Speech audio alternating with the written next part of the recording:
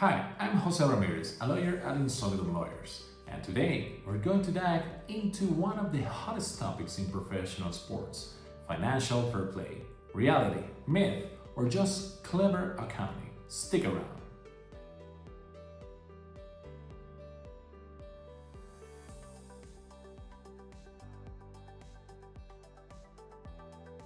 Football and professional sports in general moves millions of dollars, international contracts, and global passions, but it also creates something far less glamorous: financial imbalances, unpayable debts, and in many cases, deeply unfair competition. To fix this, financial fair play was born, but what does it really mean?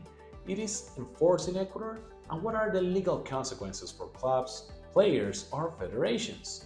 Today, we're going to answer those questions from the perspective of sports law, focusing on Ecuador's recurring regulations as of 2025, international guidelines like those from FIFA and UEFA, and the legal challenges these mechanisms present.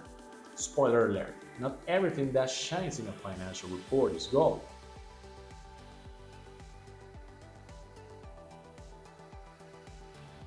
Financial fair play is a regulatory policy created by UEFA in 2011 to prevent clubs from spending more than they earn.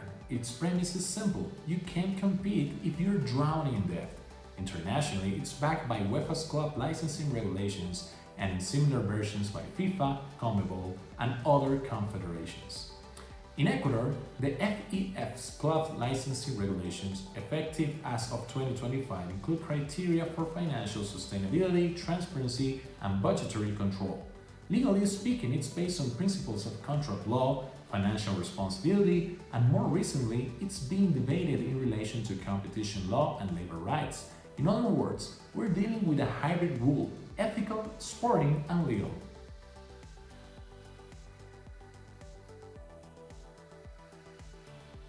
This is where the game gets serious. Non-compliance with financial fair play can result in harsh consequences. Financial penalties ranging from tens of thousands to millions of dollars. Restrictions on registering new players. Points deducted in national tournaments. Expulsion from international competitions. Yes, like the Champions League. In Ecuador, the FEF has already sanctioned professional clubs for serious financial imbalances. But the problem is, many clubs resort to creative accounting, shell games, disguised debts, artificial revenues. Sports law faces the huge challenge of detecting fraud, demanding transparency, and protecting both the integrity of competition and the labor rights of players and staff.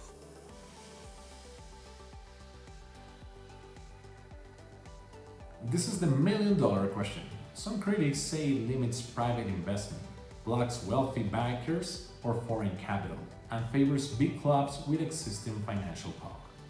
But from a legal and ethical point of view, financial fair play aims to protect the system's sustainability.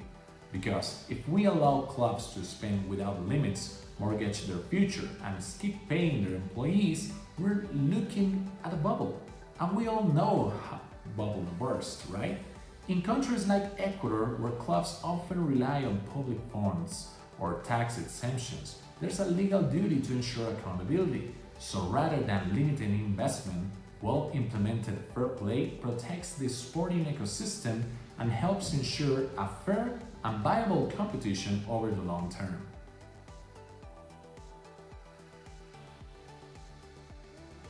Financial fair play isn't a trend or a periodic whim. It's an attempt, still imperfect, to give professional sports a solid, transparent, and responsible foundation. At In Solidum Lawyers, we believe sports law should not just be reactive, but proactive. It should help clubs stay compliant, support players in defending their rights, and guide federations in enforcing clear and fair rules. If you want to learn more about this topic, or you'd like us to analyze a specific case at your club, get in touch. And of course, don't forget to like this video, share it with your fellow sports professionals, and subscribe to our channel. See you in our next legal play.